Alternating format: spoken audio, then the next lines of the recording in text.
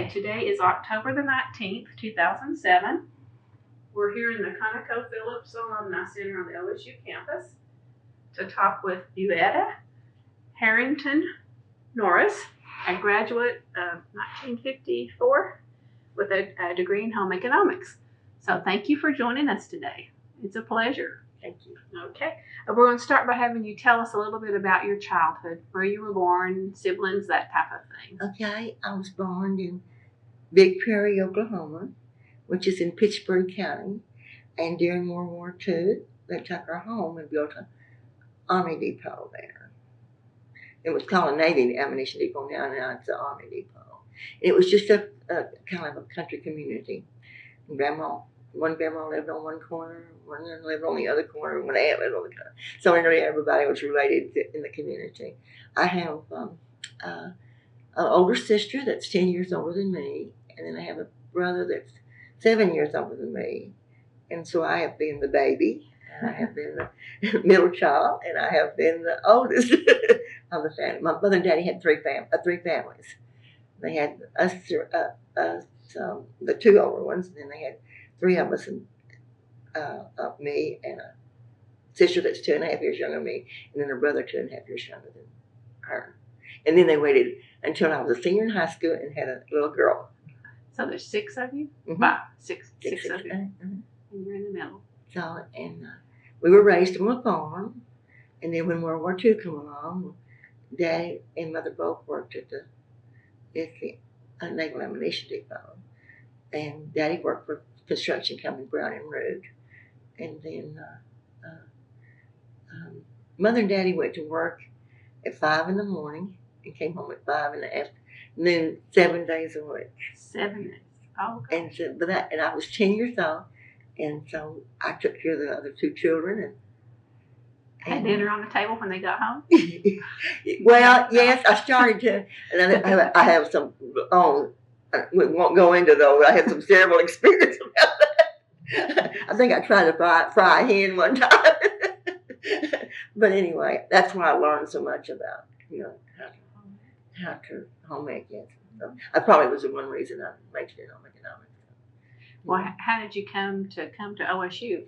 Well, I wanted to major in home economics, and so I really wanted to be a girls basketball coach. Really? But back then they didn't hire girls basketball coaches, and so when I planned on coming up here and majoring in vocational home economics, being a teacher, and then I planned on getting a minor in coaching girls basketball. Mm-hmm. Well, vocational home economics, you didn't have time to be a girl. Besides all that, they told me I couldn't get a job when I got through being a coach anyway. So I just went in vocational economics, which you have to have a lot of science and a lot of chemistry and, probably a lot of things. So, but I did take and that's probably the reason. My home economics teacher taught me into it, and my principal and everything.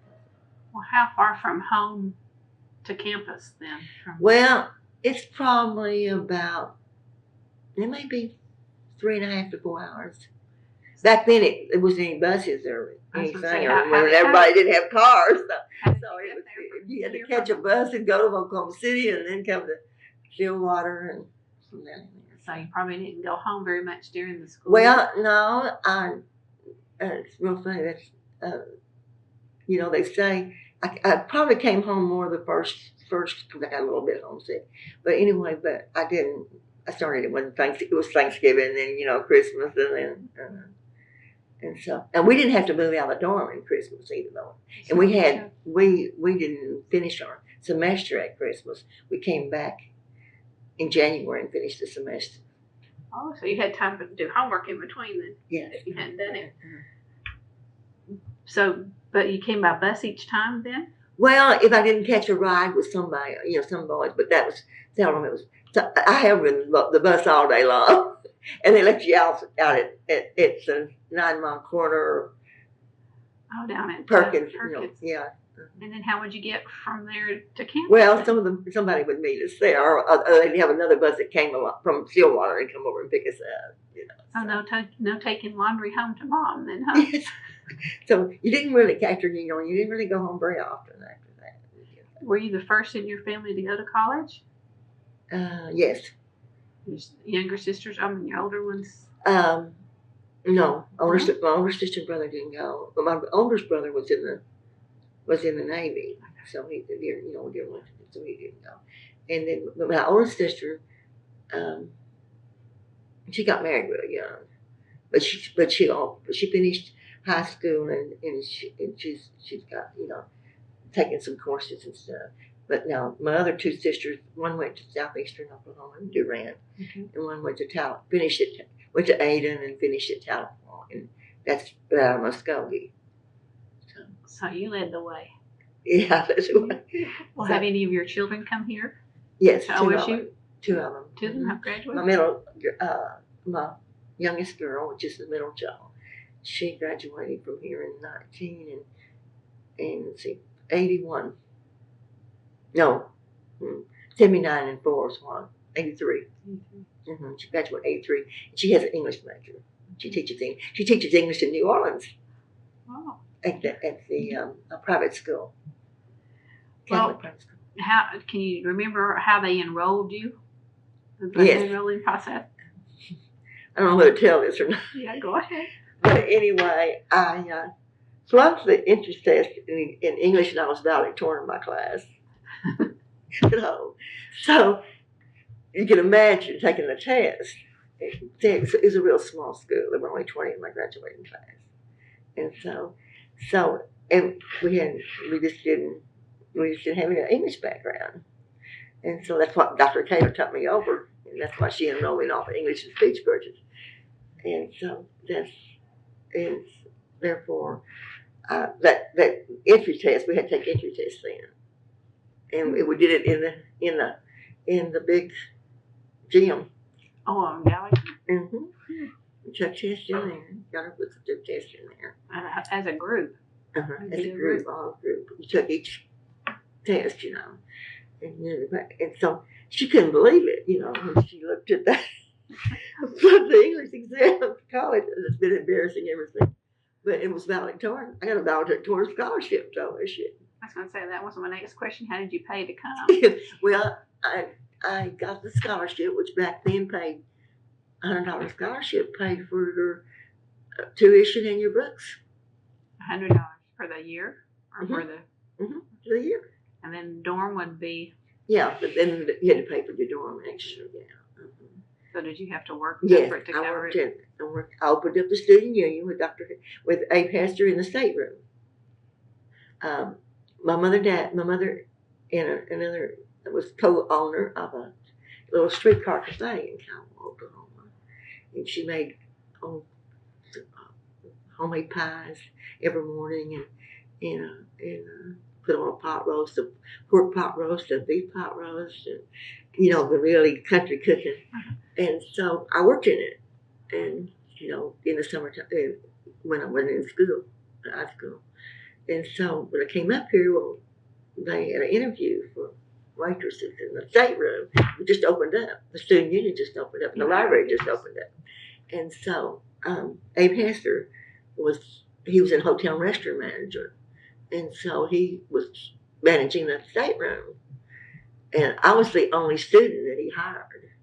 The rest of them were, ladies that were older from Perkins and around here, or Stillwater, So, because I'll never forget, he said, now, she's just 18, and most of them are married. So she said, don't be telling the story. She shouldn't be here.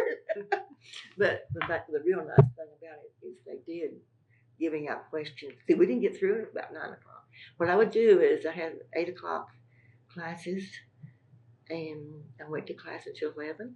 Went over and put my little uniform on and little cap and works, and went to the stateroom and worked in the noon hour. Then went to class at 2 and worked until. And then went back for the evening meal, and it wasn't over until 9 o'clock. We didn't close till 9 o'clock. But I learned a lot there, because I'll tell you why. I had never had fried shrimp and oysters, and I was in charge of the salad bar a lot. We made our own dressing. So, the $1,000 dressings and the ranch and all that. Before all that, we made our own dressings. And so I learned how to do a lot of things as far as food was concerned and entertaining and stuff like that. When did you have time to do homework? Well, I was going to say they gave questions out to him. Abe Hester made them. He knew it was hard for me. The chemistry and that was hard. And so he would have them when we get busy. Well, late. He'd have them to give out questions to me. Oh. And he had only give out questions to me. But I wasn't able to keep. I also worked the banquets. So we got 50 cents an hour. Okay. Before I graduated, we got 75. But anyway, I made enough tips from almost spending money. It was unreal. It really was. Went mostly faculty, especially in the stateroom, because the first really, I worked the OSU ball game, and the governor, I think it was Governor Turner, was governor then. You probably wouldn't know, but anyway, they left me it was a whole group of tables, and they left me a $10 tip, and that was something back then, a $10 tip.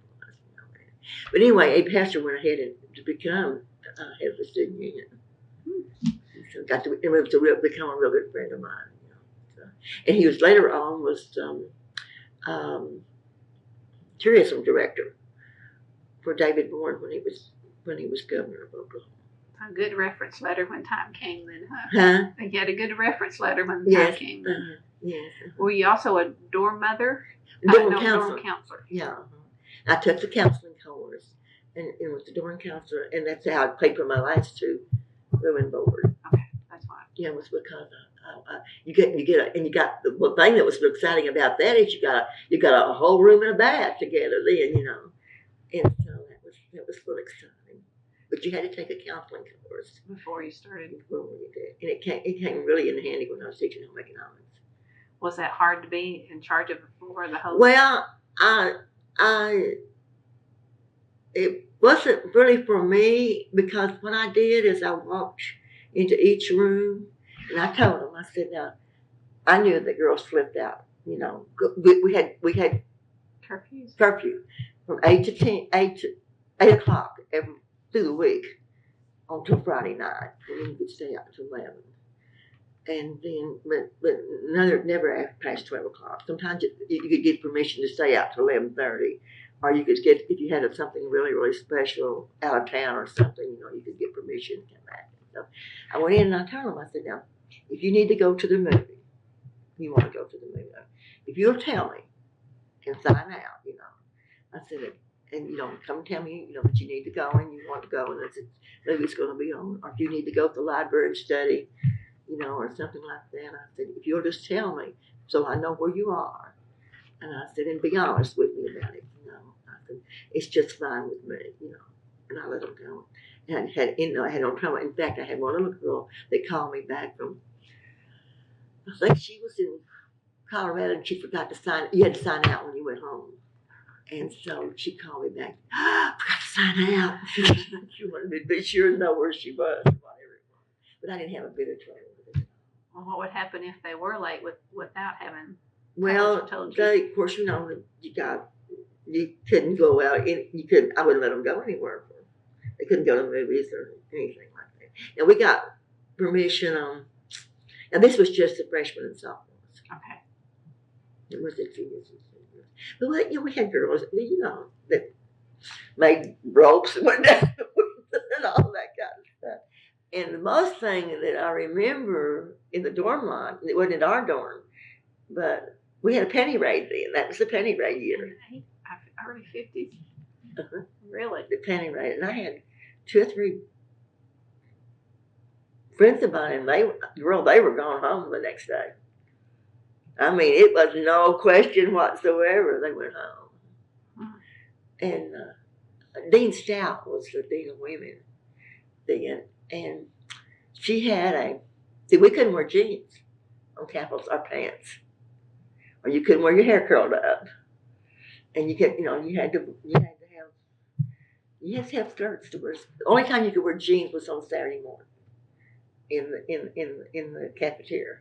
And you could wear your hair curled up on Saturday morning because we wore the flat curls then. and everything. But anyway, but the funny part of it was she was very, very strict. And she did not want you wearing patent leather shoes because they reflected your underwear. And you were not supposed to wear red because it brought the animal instinct color. Are you serious? I'm serious, girl. Not because it's OU, but not because it was OU colors. No. It was just because it was. Okay. But anyway, of course, we laughed about it, you know. But no, we didn't get to wear jeans. Of course, you really weren't that. I didn't have the figure for the boys' jeans, and so you only had boys' jeans, and then the girls' jeans zipped up the side. So you didn't wear, any jeans. But anyway. Well, you could have made your own, I guess, if you were in home ec. Yes, you could make. Well, you couldn't. We probably couldn't make boys' jeans. Boys' jeans just wasn't, they didn't have patterns for it then or everything. But it was fun. We really had. Dorm life, I wouldn't take for dorm life. Kids miss out, I think. Because, and see, of course, we didn't have co-ed dormitories when my girls came to school. Well, see, you had to sign up here then if they could stay in the dorm in the co-ed dorms, and I wouldn't sign. And they said, Mother, don't you trust us? And I said, yeah, I trust you. But I said, that was the fun part of my life. Was living in the dorm. I said we ran around in our shorty pajamas, and we got in the corner and played cards, and we gave each other permits, and and colored our hair. I mean, we just had a ball. We didn't, you didn't want old boys around. I mean, it was just fun, and you didn't. I said you didn't have to cook your meals or anything like that, and we just had a really good time. So. Did you have dances in the dorms? Yes, and that was that was part of your counseling duties. We had them out on the terrace out in Woodard Hall. Okay. Out on the terrace. Mm-hmm. We had them. I don't think we had them every night. I think we had them. It's what you call social hour. See, the boys could only come to the living room. Okay. In the dorms, and then the bus for you. And you came down. Mm-hmm. They weren't allowed to pass. They weren't allowed upstairs in any of the floors at all, and they weren't allowed out of the living room. The only time they were allowed out of the living room was when they carried our luggage, or things upstairs when we moved in or moved out or whatever. Well, what did you do for music then? Well, we had sometimes we had a band, and sometimes we had records. See, that was when. Well, I don't know. All the big bands were famous then. Any particular one? And we had an Allied Art Series back then. And we had the four lads, and all of those came in, and we'd have them. You had tickets like you did for the football and basketball. Okay. So you had to do they still have them where you do odds and evens? No. See, there wasn't room for everybody to get in the places odd and even in Gallier Hall. So you had odd and evens according to what your name was. You had odd and evens tickets, Some games you could go to and some games you couldn't. They said they had the same thing for Allied Arts. So you just pick the ones that that you got to go to. And what you could usually find somebody that wasn't going to go. Or trade with you or something. You could find tickets to go. Did any of the bands stick out in your mind that you went to see? I think I know the Four Lads were one, and then Benny Goodman was here, and we had some country westerns. Lefty Vazelle, and then that's some of the ones I remember. One reason I remember about Lefty Vazelle, my roommate was from home, and she went to OCW, which is it's a co-ed now, but it was a girls' school then. And she's a dietitian. She made a dietitian, and she's 2 years ahead of me in school. But we were running around together at home, and then we roomed together up here. She moved up here with me. One reason was because she was going into dietetics, and this was the best school in for dietetics, and so she moved up here, and she had a real good friend that was in dietitian.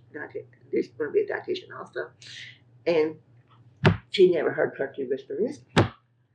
And so, of course, Bill wasn't very crazy about country western music either, but I was.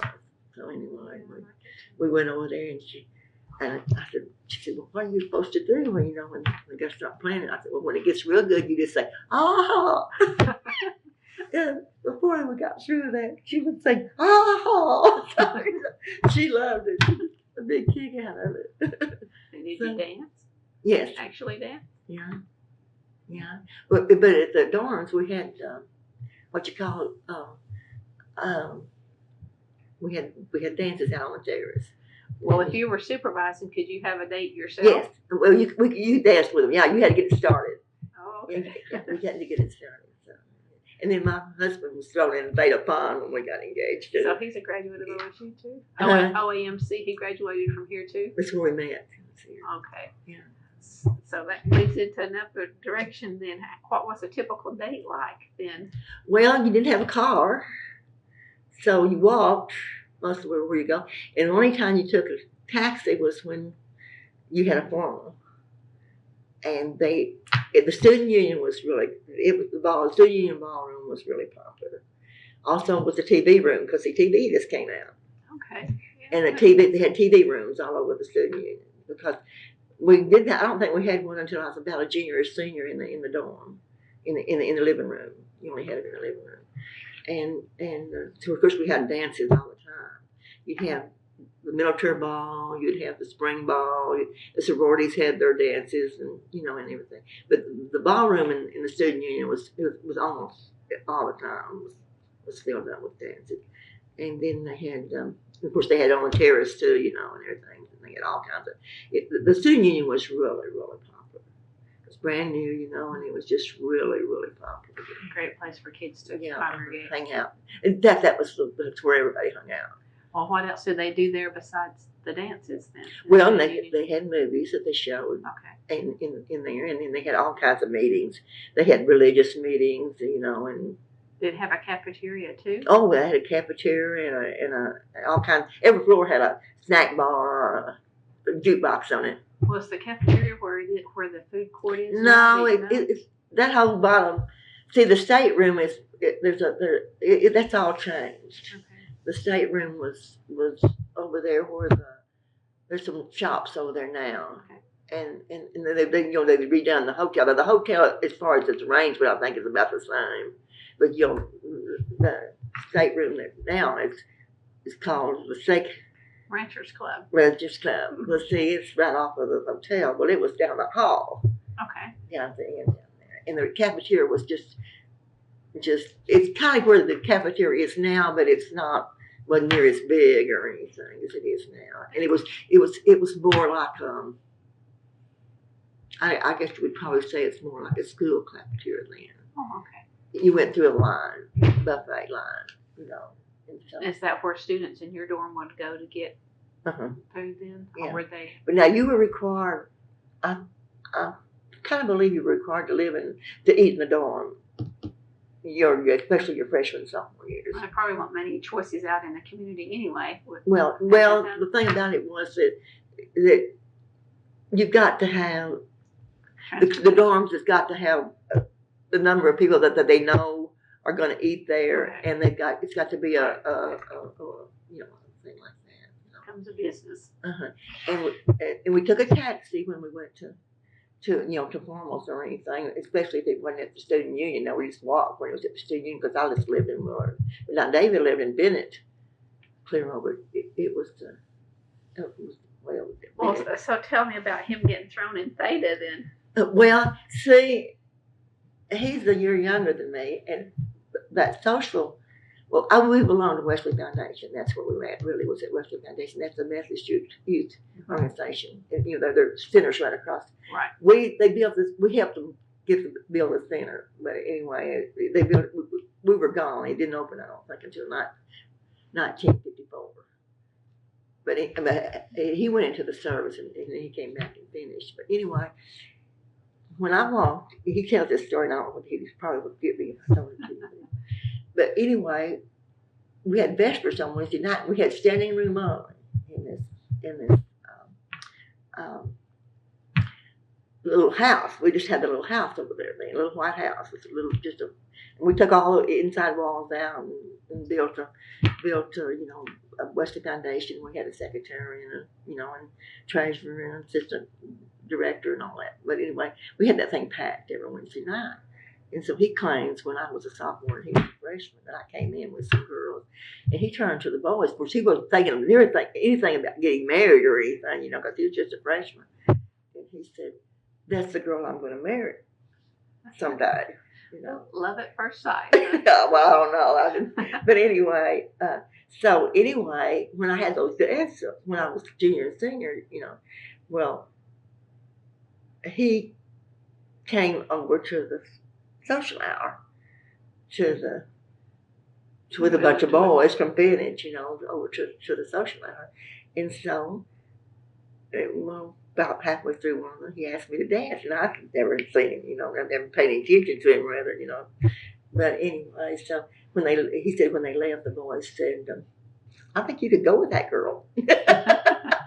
But I said, "Well, I was just being nice." I was just being a hostess. But anyway, we didn't start going together until I was a senior. So, but anyway, when we got started going together, they threw everything upon. That's what they did then. In the wintertime, or was it? What time of the year was it then? It's school year. It was close to. No, it was probably one. No, it probably might have been in the spring.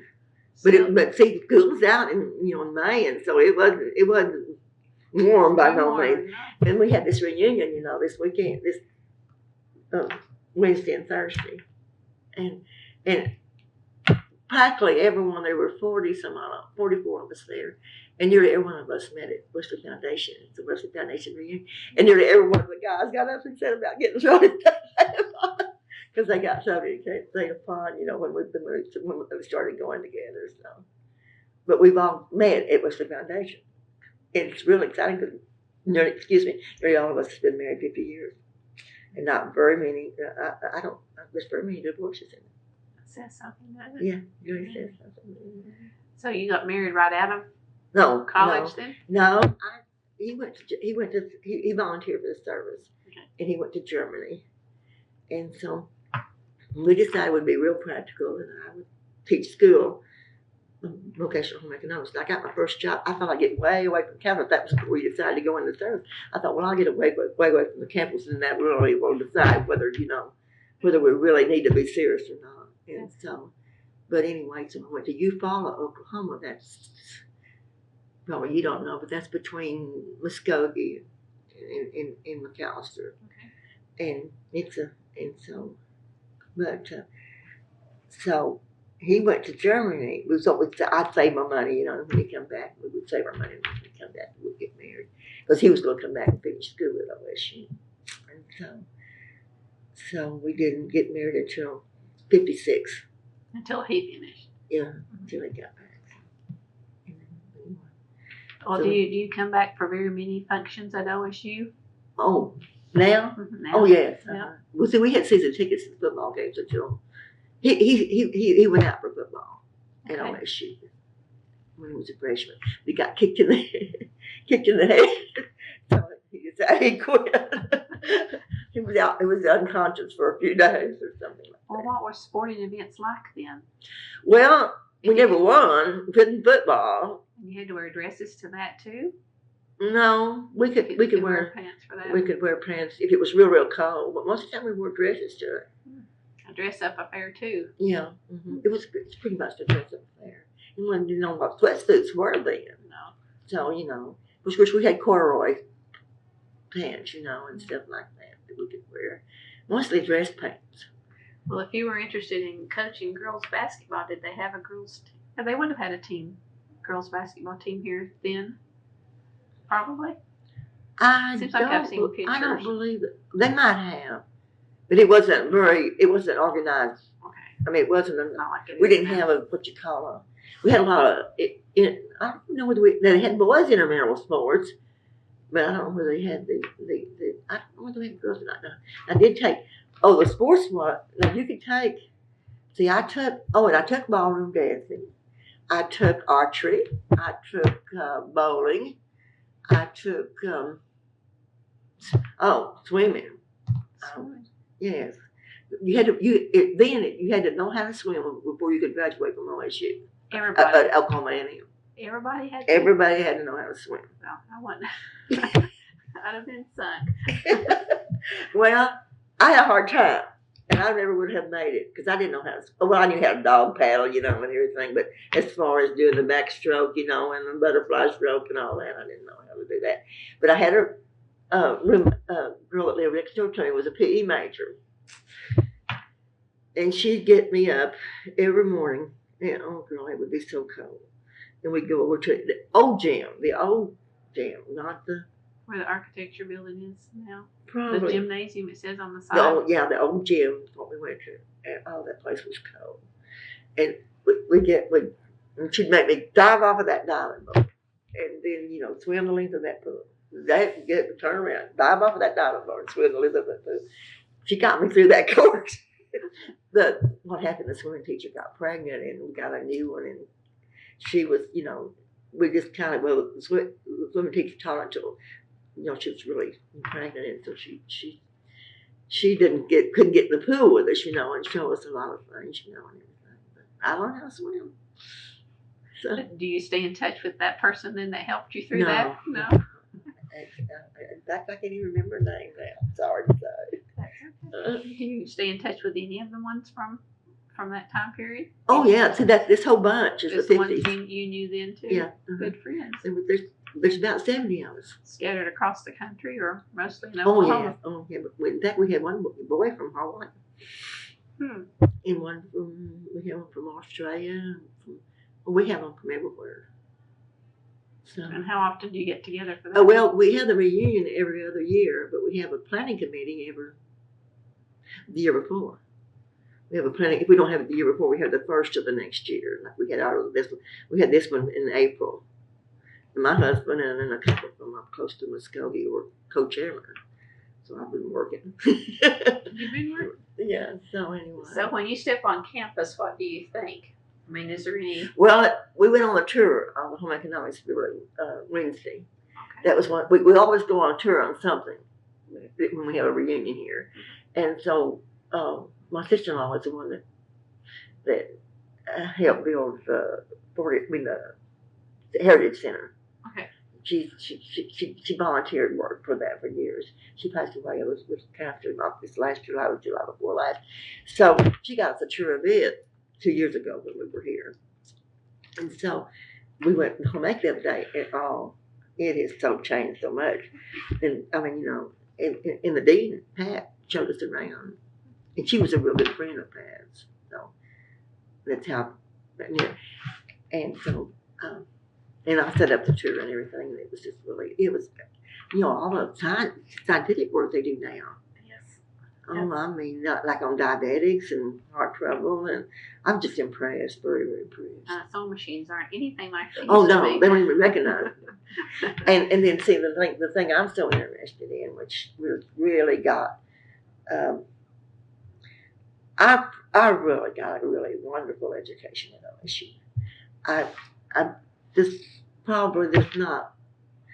I designed my own house, drew up the house plans. I took house plans. I could refinish furniture. First house we had, I did all the furniture and made all the curtains.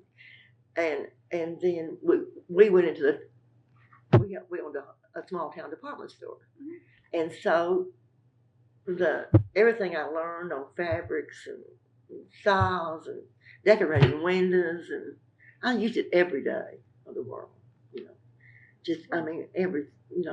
and knowing fabrics and how to buy, you could, whether it was really constructed well or not, or whether whether you were getting a good bargain or not, and I mean, in style shows, and see, I had demonstration course on how to give demonstrations, so I'd give style shows and fabric things to the home demonstration club, to the 4-H club, to the home economics departments, and I'd take my fabric and then show them how to make the dress up into the pattern and all that kind of stuff. And then your beveled seams. Yeah. And I mean, yes, it just, I just wouldn't take anything for it. I mean, and the leadership that I got from, and then I got a lot of leadership from the Wesley Foundation. we're all of us that were there last night. We had a banquet last night. I mean, they get up and say, you know, they're leaders in the church, they're leaders in the community, and so, and we do politics. And I've had the president of the OU is a good friend of ours, David Bourne. Okay. We campaigned for him when he ran for governor, and he spent the house. I've had teas for him. He's been in our house, and learning how to entertain, you know, and lived in the home management house, which Dr. Pat said the other day. Said that was pure torture because they don't have them anymore. But you had to live in the home management house for 6 weeks. You had to manage the girls. You had to cook the meals. You had to do the laundry. We had them on ironing those Springer type of irons, you know, the pressers, you know. We did all the tablecloths. You had to have a smorgasbord. You had to have a tea. You had to have, during that time you stayed 6 weeks. Gosh. And how many of you at one time then? Well, it'd be probably 7 or 8 of us. Sometimes it would be 9. I did it in the summertime, which was a great time to do it. Because, you know, I didn't have to rent a room or anything, you know, in the dormitory. And that was the summer that I went to Madison, Wisconsin, with the National Kappa Phi. That's the Methodist Girls Sorority. And we went to Madison to the National Convention. And there was a doctor from Madison that had a sailboat at the retreat that we were at. And so he took all of us girls to sailboat ride. We never seen a sailboat before, much less, you know. We've been on one. And so that was quite a treat, you know. And then was that the furthest you'd been from home? Probably. Yes, I'm sure it had. I never seen the Great Lakes before. I hadn't traveled very much before. But we traveled a lot since then. We traveled a lot. But anyway, and you went to a conference in Columbia, South Carolina. Yeah, that was the interracial conference. Now, see, that segregation was going on when we were here. Well, how did that come about? That you got to go? Wesley Foundation, our pastor, our student pastor, which he's in his 80s, and he meets with us all the time and helps us with our reunions and everything. He's a wonderful person. Doesn't have the prejudice bone in him. So that was his goal, was to teach us not to be prejudiced, you know. Mm-hmm. And all of us came from, in my small town, there was allowed, you know, there overnight. Yeah. You know, and I'm sure you're coming from Tennessee, you can understand all of this. So anyway, we befriended Langston University. They're at Wesley Foundation. Okay. And so this retreat was coming up, this, you know, not retreat, but convention in Columbus, South Carolina. Well, so we took 2 Langston with us, and then there were about 4 or 5 of us. It was. I guess there were 6 of us in all, and we drove over Christmas holidays, and that was quite an experience because we couldn't even buy dairy freeze because they were with us. We couldn't eat in the cafes. We could stay in the motels. So we stayed in churches and slept on the floor in their fellowship halls. And we'd have to stop, and one of us white kids would have to go and get sandwiches, and we ate sandwiches and stuff on the way down there, you know. But we stopped. This was quite an experience. We stopped at a dairy freeze to get a dairy freeze because we all love, you know, orange slushes and all that kind of stuff then. And then, you know, they had the jukebox and all the dairy freezes and everything. And well, they didn't. I don't even know what they call them, dairy freeze or not. But that's probably what they call them. But anyway, we stopped and went up, and they looked and saw those colored kids in there, and they wouldn't serve us they wouldn't give us an ice cream cone. And I was in South Carolina or Mississippi or where? Yeah, well, it was somewhere between here and there. You know, it was in the South anyway. I don't remember exactly what town it was in.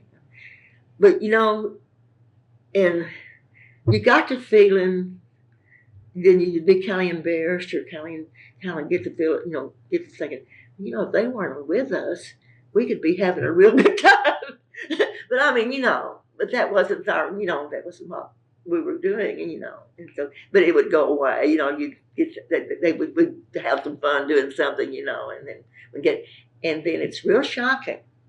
We had it at a colored school in Columbus, South Carolina, and we stayed in a convention hall downtown, and then they bussed us out to the school. Well, the minute we got off of the bus, they had picketing. They were picketing with signs, and they had Jesus just black. And that was a shock to me.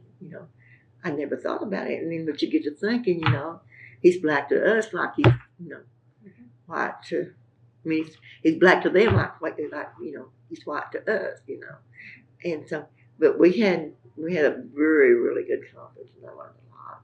So, well, was there a mixture then, about half and half? Or more? Probably. Was what thing.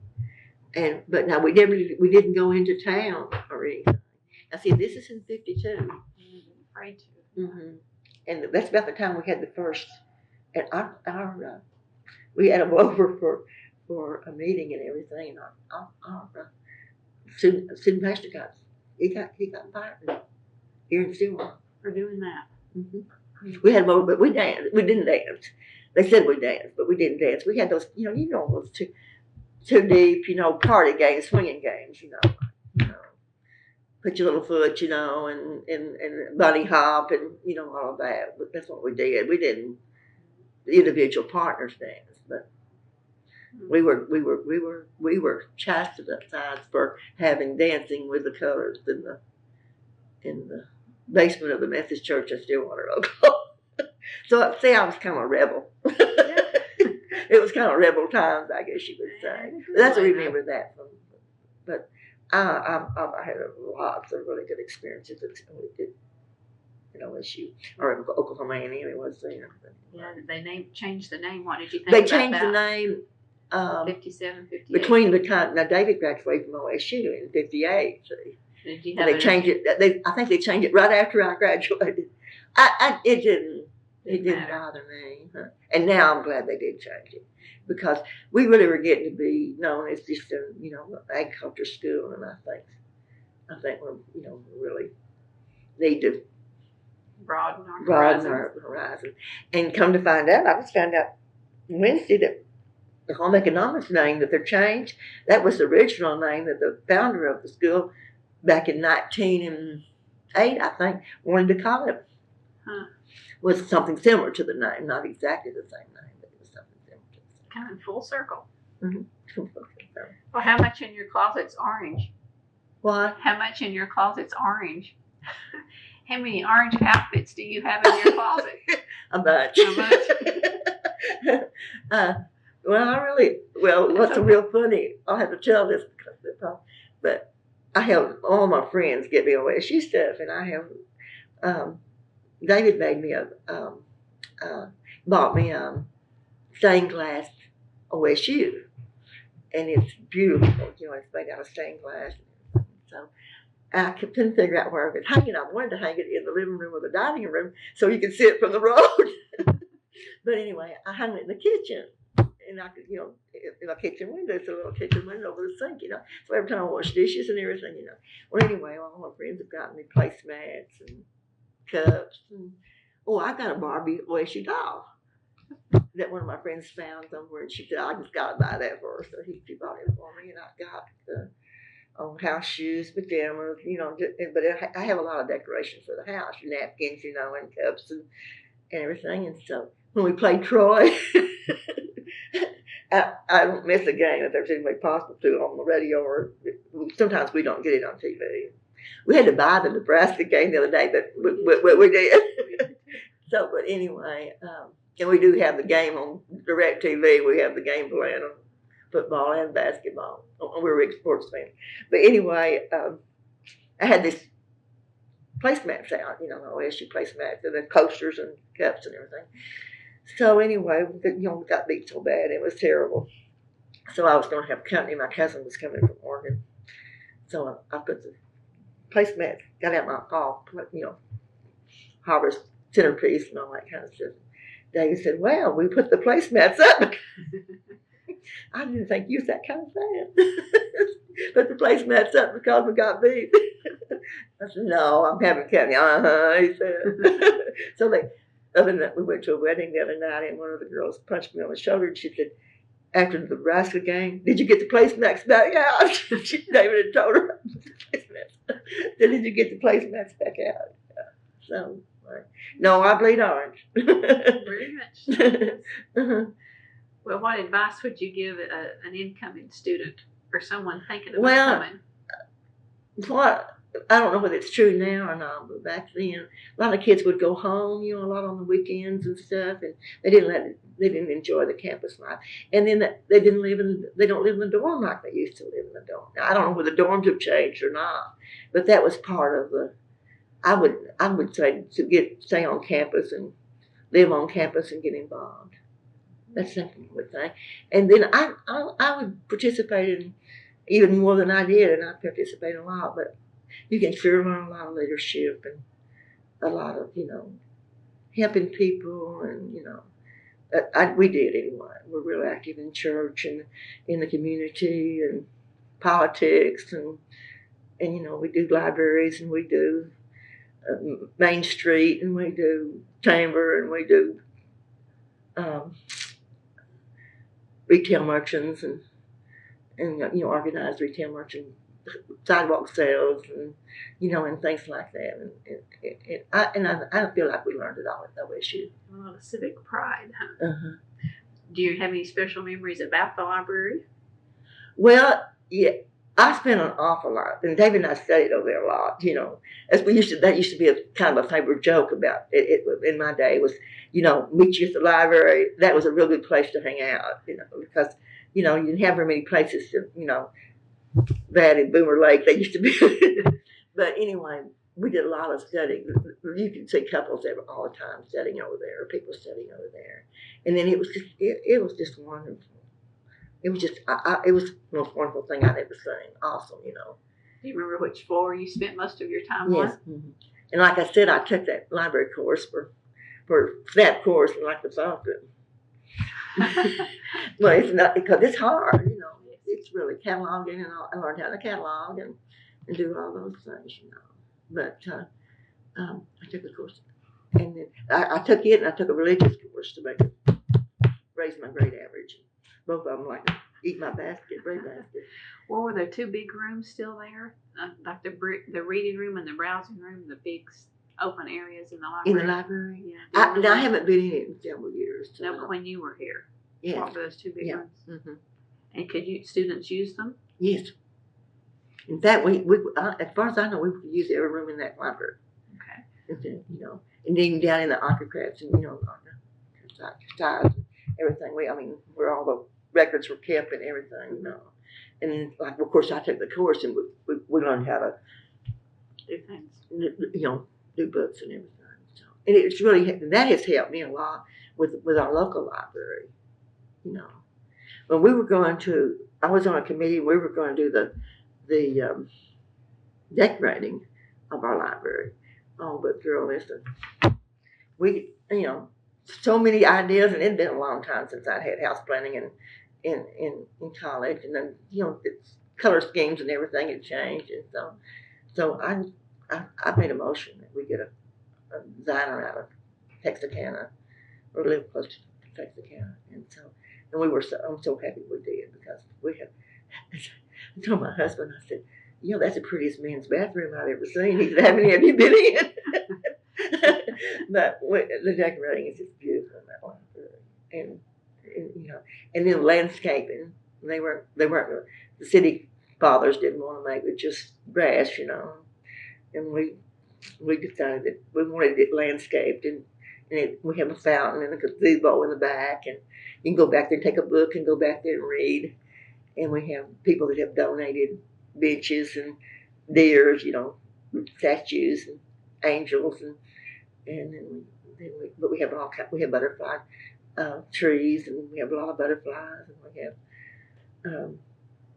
have mockingbird houses, and the grade school kids make give their pennies and stuff to buy food for the birds, and and we have different projects like that. That's really a community affair, isn't it? Oh, that's the pride of Broken Bones, that library. So, but no, and see, that's what I was a little bit disappointed when they told me they weren't having a degree in library science anymore. Because see, we have a hard time in the system getting librarians that has a degree in library science. First place, when we first started out with the system, it takes care of 7 counties. And there's several there's I don't know how many libraries in it. And so we hire all the libraries. The system hires all the libraries. The town does not hire the libraries. The cities and towns only own the buildings. They don't even own the furniture and the books and the stuff in the building. And so when I first started out in the system, also we have to pass a millage, that alarm tax to support the systems. And so when we've done that twice, we've done it once and then raised it again. So it's pretty hard to do sometimes too. But anyway, when I first started out, we had a hard time getting books. I was bagged for them all the time. And then then they decided you got your books on according to your circulation. So you got new books according to your circulation. Well, then see, they came out with VCRs and DVD, CDs, VCRs. Well, my librarian had been there for several years, and she said, I'm not going to go that way. I'm not going that road. Because she said, I think a book needs to be a book to read, You don't need to be listening to it on whatever, Well, of course, it got to be, So I said, you're not going to get any VCRs and CDs until you have some to check out. Because you're not going to have any circulation, you're not having any circulation figures. So I said, do we have any petty cash? And she said, yes, we did. And I said, I want you to go to Walmart and buy some DVDs. I mean, not DVDs, but CDs and VCRs and CDs. And so she did, and that's one of our biggest things right now. And we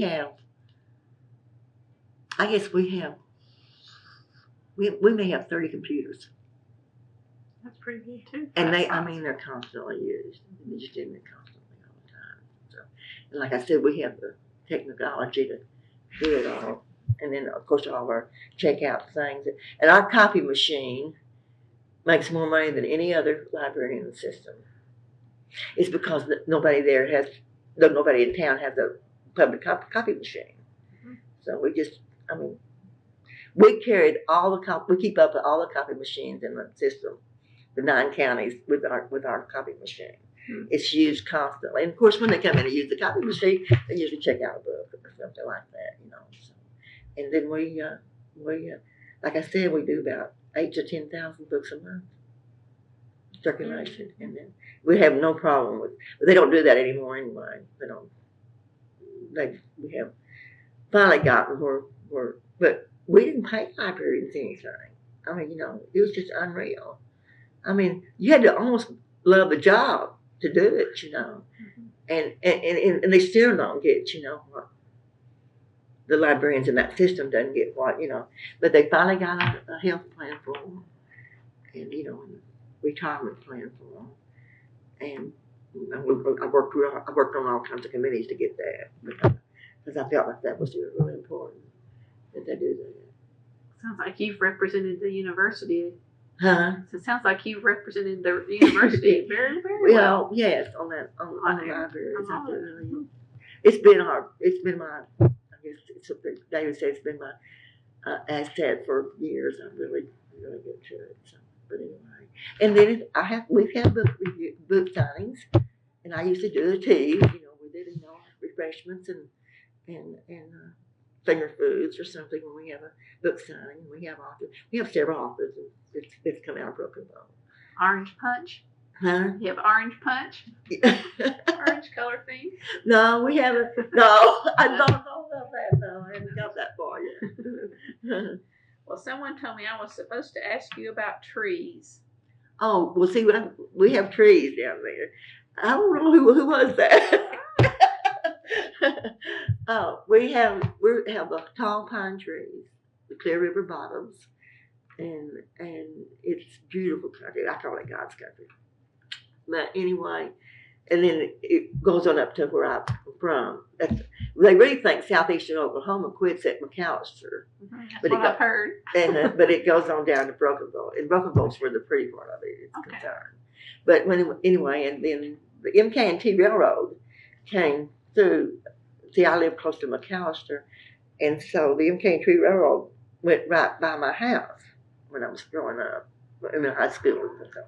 Well, they had a intersection right almost even with my house. It's a little bit down, and the whistle blew on the train.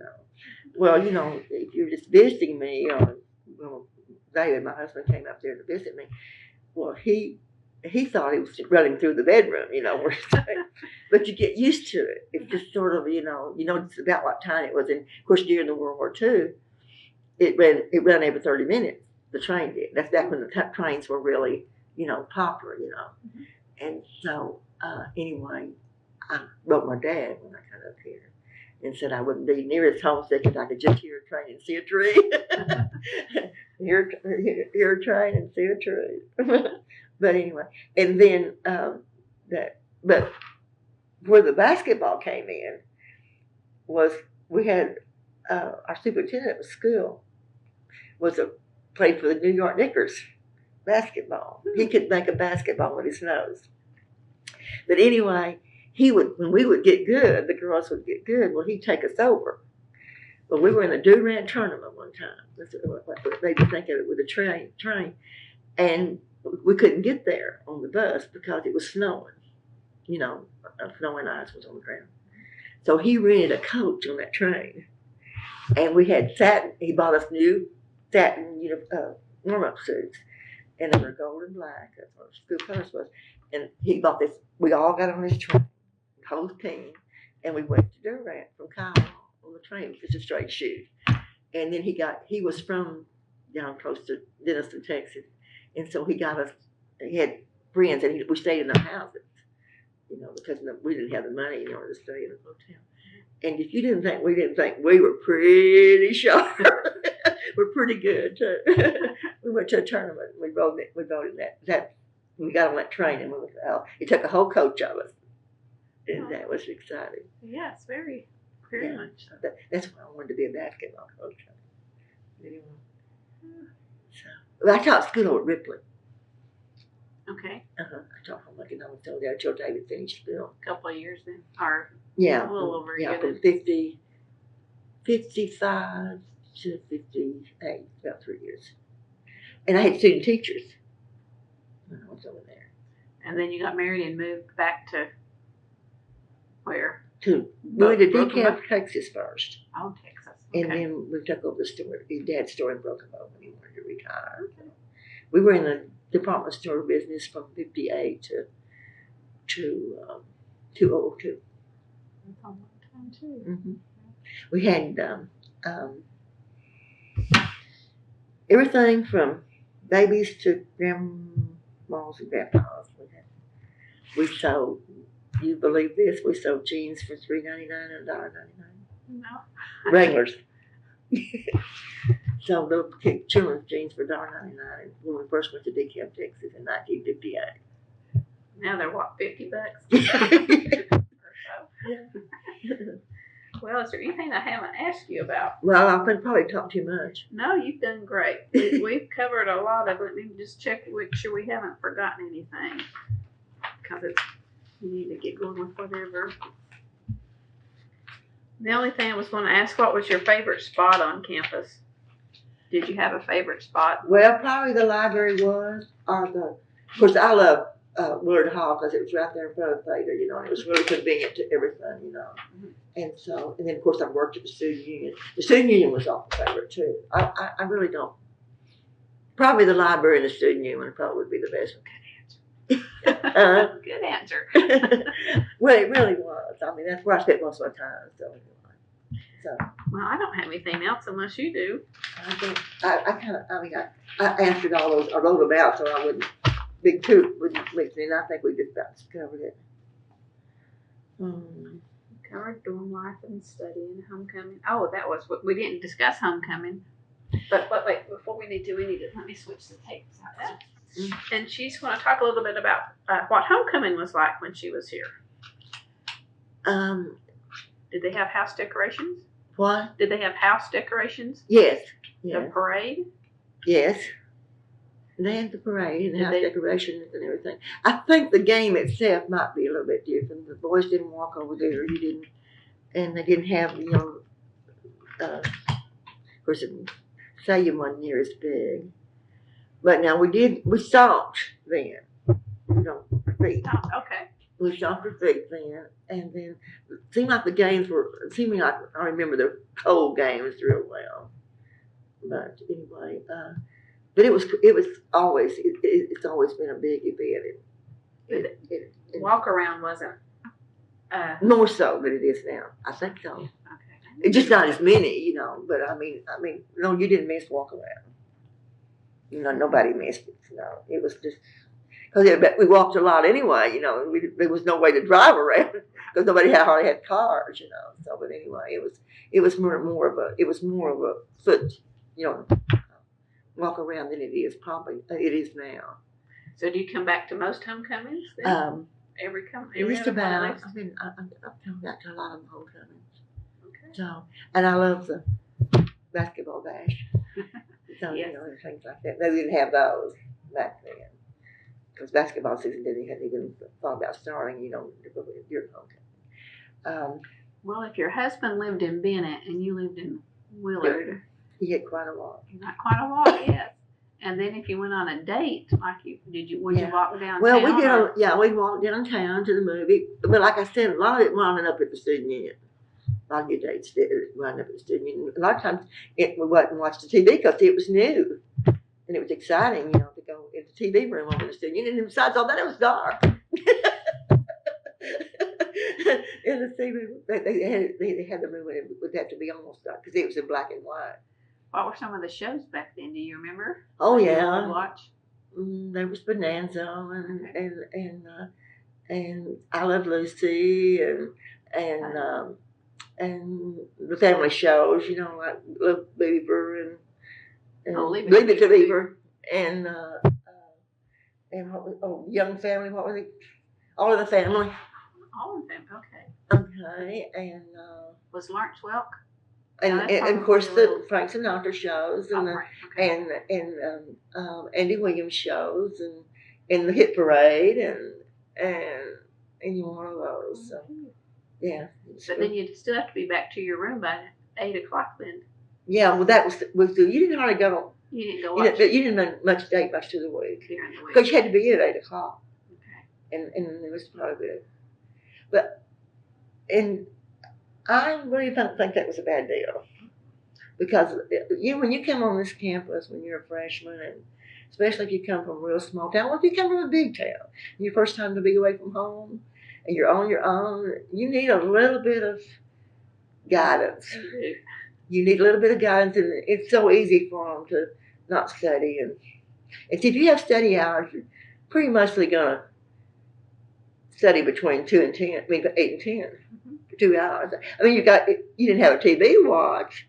You could listen to the radio, but I mean, it was pretty much you were pretty much going to study. And so you had room check too at agency, and then you could go back and see if they were studying or playing cards or what. Of course, you could play cards all you wanted to after 10:00. But I mean, I think I don't think it was really that big a bad deal. Of course, they probably would.